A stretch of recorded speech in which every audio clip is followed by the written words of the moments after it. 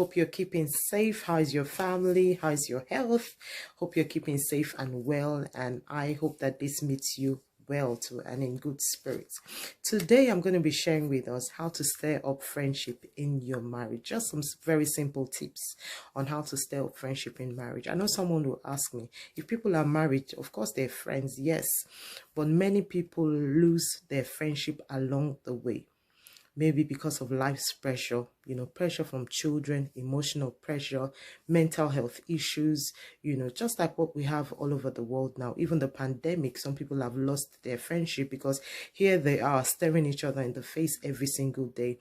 And it seems like they're now two different people living in the house. They're not seeking to explore each other and even to understand each other more. They see every difference as a problem.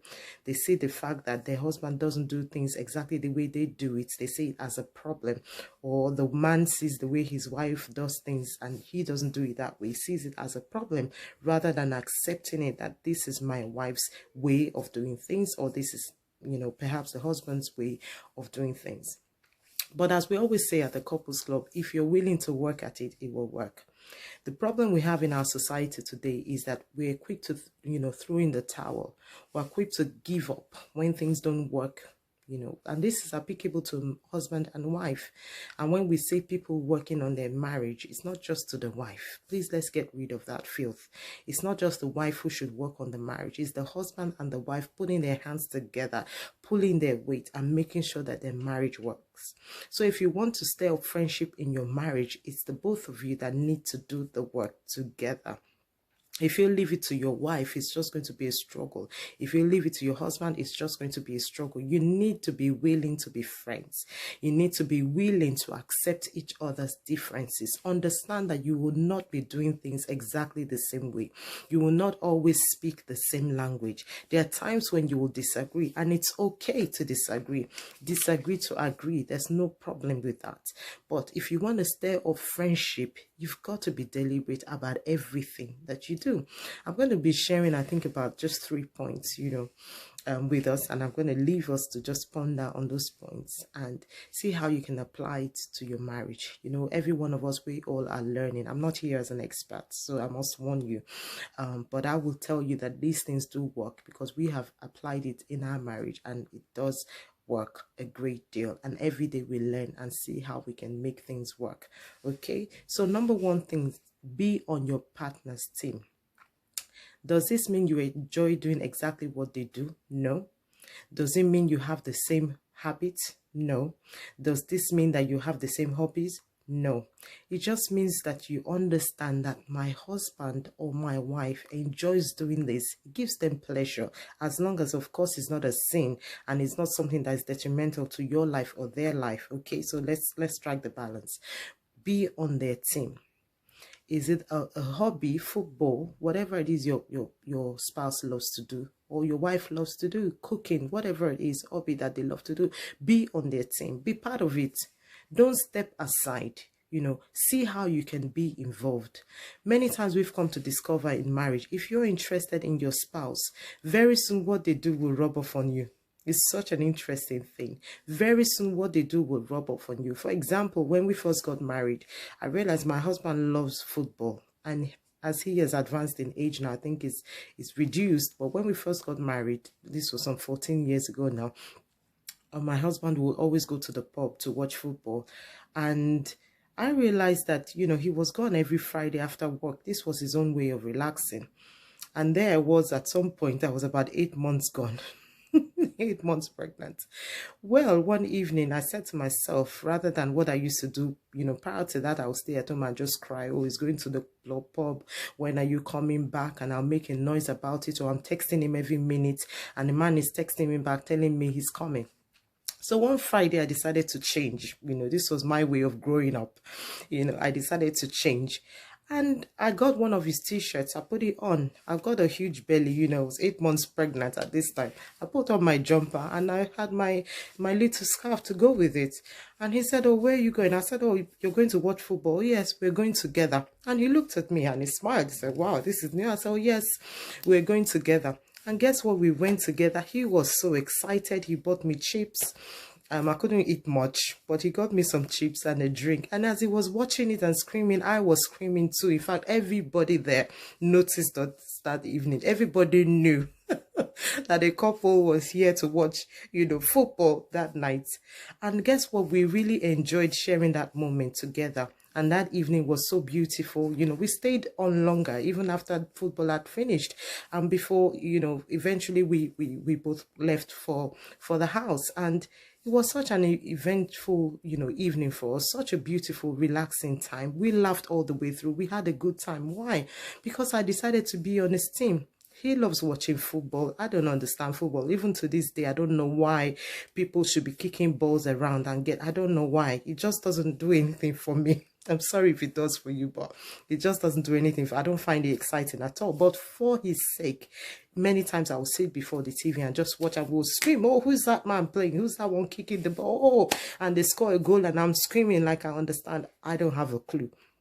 But I've realized that every time I did that, there was so much joy in the atmosphere. There was fun. Sometimes we would even fry some meat and sit together and just eat and have a drink or two and just watch together. And this was bringing us closer and closer. And sometimes we'll discuss about it. And then I'll bring up my own discussion and see how we can, just chip it in and have a good time.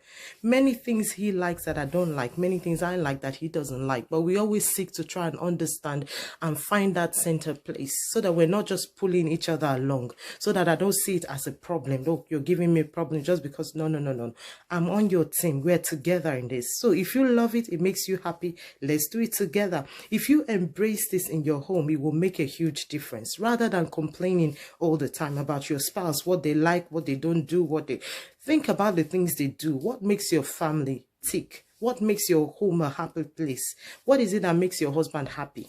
What is it that makes your wife happy? Then do it. Be on their team. Let them see you.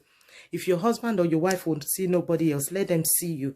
When they can't find anybody, be that one person they can depend on. Be that one person that they can look at and say, yes, he's on my team, no matter what the weather is. And guess what? Your friendship will be stronger and stronger than ever. The second one, have unconditional friendship. A lot of people just want to be friends only when things are going well. And when things are not going well, life can play a fast one on us. I must warn you, whether you're saved or unsaved or even single, understand that life sometimes, with life comes changes. With life comes changes. Sometimes things we plan for happen. Sometimes things we don't plan for will also happen. Sometimes you plan in one way, it turns out to be the other.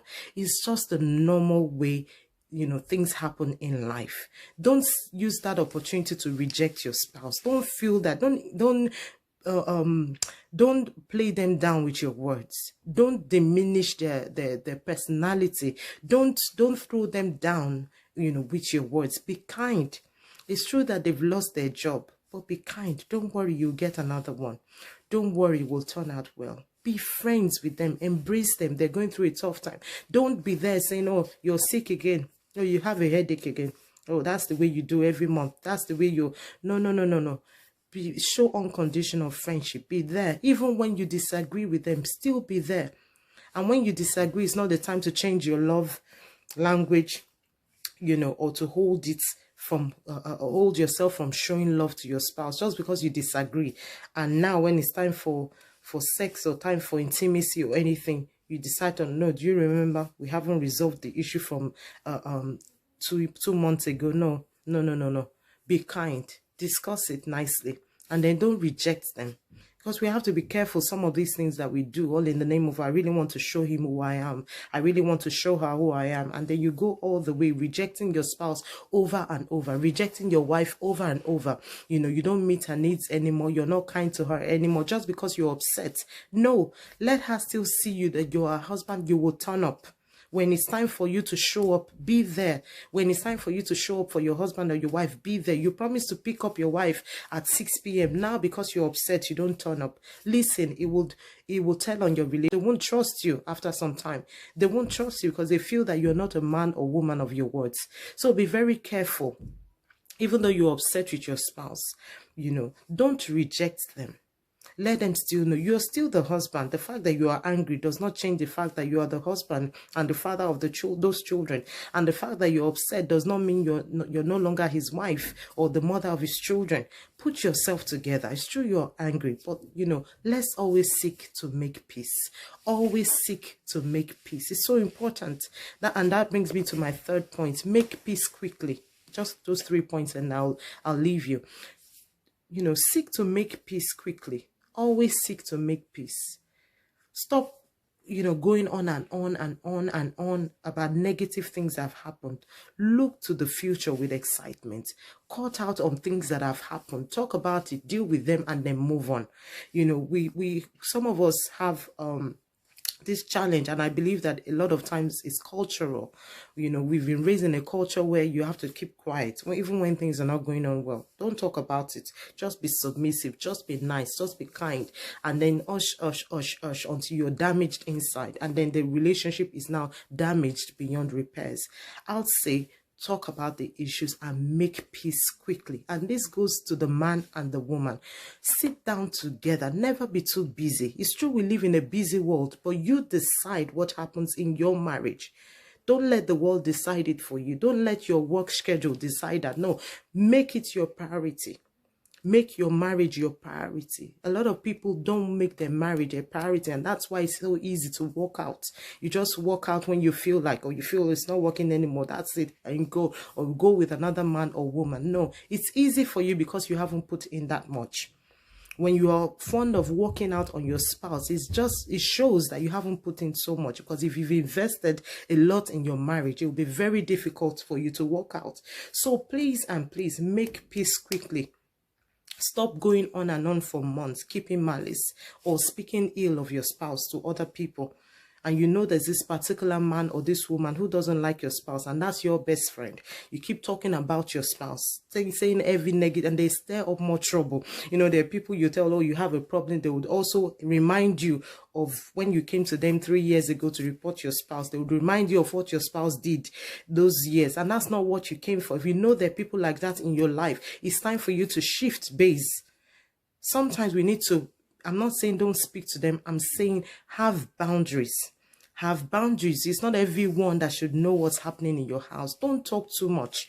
It's not everybody that should know what's going on in your house. Am I saying be secretive? No. There must be specific people, of course, maybe mentors, maybe people your spouse respects, people that can just guide you, counselors around you. That's fine. But don't go about just blabbing about your husband or your wife, talking about them to everybody who cares to listen. Go to work, you speak about them in such a derogatory manner. Don't do that. If you need help, of course, get help, but get it from the right place, just so you can make peace quickly. You don't want people who keep reminding you what you shared with them 3 years ago. They're still talking about it today. Please stop sharing with those kind of people. Make peace quickly. It's your home. As we always say at the Couples Club, marriage is to be enjoyed and not endured. It shouldn't be a relationship that you're enduring. It should be one that you enjoy. You must look forward to coming home after work. You must look forward to sharing time and spending special moments with your spouse. You must look forward to hugging them. You must look forward to intimacy. All of those things add up to the enjoyment which you should be having in your marriage. So if you're not enjoying your marriage, you're just enduring being with your husband or your wife, don't shy away from the fact that there are problems. Don't shy away from the fact that you're no longer friends. Take your time to address whatever it is eating up that friendship in your marriage. Is it issues from the past? Is it infidelity? Is it lack? Is it trouble? Is it prayerlessness? Whatever it is it the children? Is it life's pressure? Talk about them. Don't shy away. Talk about them, okay? Let's stir up friendship. When you're friends and your bond is stronger, it will tell on your children, and it will be a blessing to them. They will look at you as role models. They will learn from you and take that even on into their relationship. But if all you show is all you show in your marriage, or all you give to them is just a negativity, strife every time they look at you, the two of you are always complaining, bickering, shouting at each other, they know, and it affects them. in so many ways. We're talking about mental health issues being on the rise, even in children as young as the age 12. I remember working in a college one time, and I had some young guys, some black, Asian, minority group. It was more common amongst them, taking antidepressants. And when we sat down and talked about histories, most of them was, the problem they had, stemmed from the problems, the home problems, domestic violence, psychological abuse, emotional abuse. Some of them will say, oh, my mom is being battered, or my dad has left, or this. No. Let's change the order of things. Particularly those of us that are Christians, get back to the Bible. Many of us, the reason we have the problems we have today is because we're not living our lives according to the word of God. You have a wife at home or a husband, and you're still cheating outside. You have a spouse, and you're lying that you're not married when you are, because you are running away from the fact that you've lost your friendship. Rather than fix it, you're running around and trying to find an alternative. Let's get back to the basics of things. Let's get back to the word knowledge. Search the scriptures and apply what the word says to our marriage. And you'll see, before you know it, that marriage will flourish again. Yes, yours, it can flourish again.